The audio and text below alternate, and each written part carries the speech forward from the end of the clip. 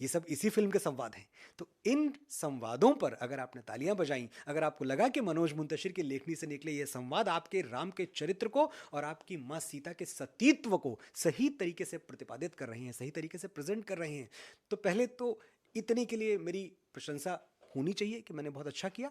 फिर जहां आपको ये लगता है कि नहीं भाई, बजरंग बली के 5 संवादों पे पूरी कहानी है, 4 साढ़े 4 हजार लाइनें, मैंने गिनी तो नहीं है पर लगभग इतनी लाइनों के संवाद पिक्चर में है, उसमें से अगर 5 पे ऐतराज है आपको, तो ये 5 का ऐतराज मैं शिरोधार्य करता हूं। मैं इतने अहंकार में नहीं हूं, मैं ब्रह्मा नहीं हूं कि मैंने कलम उठाई, लेखनी से जो लिख दिया वही विधि हो गई। अरे बिल्कुल नहीं। मैं राम तत्व को समझने का प्रयास कर रहा हूँ, मैं बजरंग बली को समझने का प्रयास कर रहा हूँ। मुझे ऐसे दिखे, मुझे लगा बड़ी चंचलता थी उनके अंदर, मुझे लगा वो राम नहीं थे, वो बजरंग बली थे, राम भक्त थे। तो वो ह्यूमर लेके आते हैं राम कथा में, वो उसको बहुत रोचक बनाते हैं। उनके अंदर पर्वतों जैसा बल है, उनके अंदर हजारों अश्वों का वेग है, बल बुद्धि विद्या के देवता हैं, ऐसा नहीं कि उनकी कोई बुद्धि कम है। लेकिन इसके बावजूद जब वो बातें करते हैं, बड़ी सरलता से बात करते हैं, बड़े सहजता से बात करते हैं, बड़ी निश्चलता से बात करते हैं, बालक स्वभाव है उनका।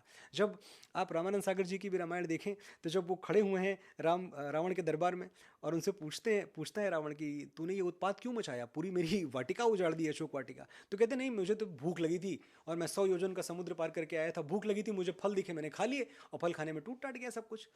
ये देख रहे हैं आप, क्या ऐसा भगवान श्री राम बोलेंगे? भगवान श्री राम जो बोलेंगे दार्शनिकता से बोलेंगे। तो मेरी ये मेरी बात फिल्म में सही भी है, आपने सहज बनाया उसे, आज के दौर के हिसाब से बनाया नहीं, मगर जिनकी जन भावना आहत हुई है वो भी आपके अपने हैं।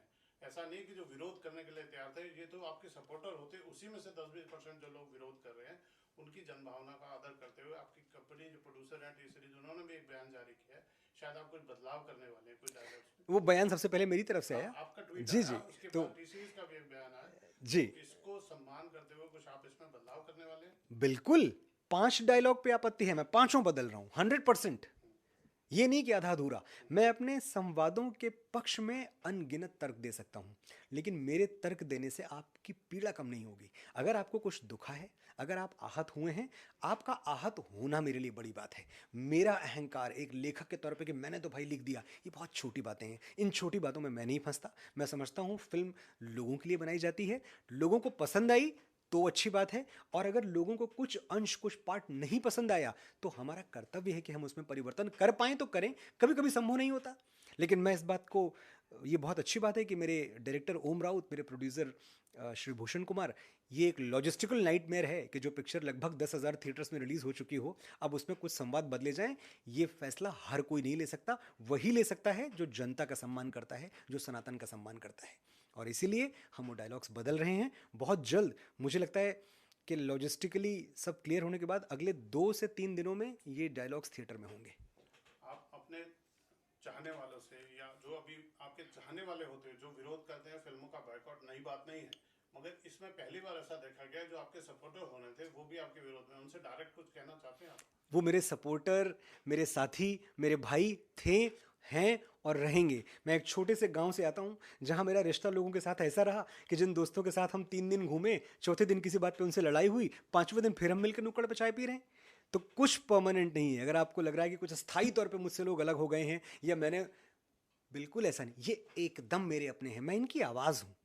मैं इनकी आवाज़ बन के इस बॉलीवुड में खड़ा हूँ, एक ऐसी इंडस्ट्री में जहाँ के कुछ खास तरह के विचारों की बात तक नहीं होती है। मैंने शुरू की ना बात, मैंने बात निकाली ना। मैं हूं ना जिसने तेरी मिट्टी लिखा। देशभक्ति की बात यहाँ इस देश में कौन करता था? मैं वो हूं ना जिसने अचानक इस देश में सनातन के गीत गली गली में बजवाने शुरू कर दिए। मेरी माँ के बराबर कोई नहीं, इससे बड़ा हिट गाना आप उठा के दिखाएं।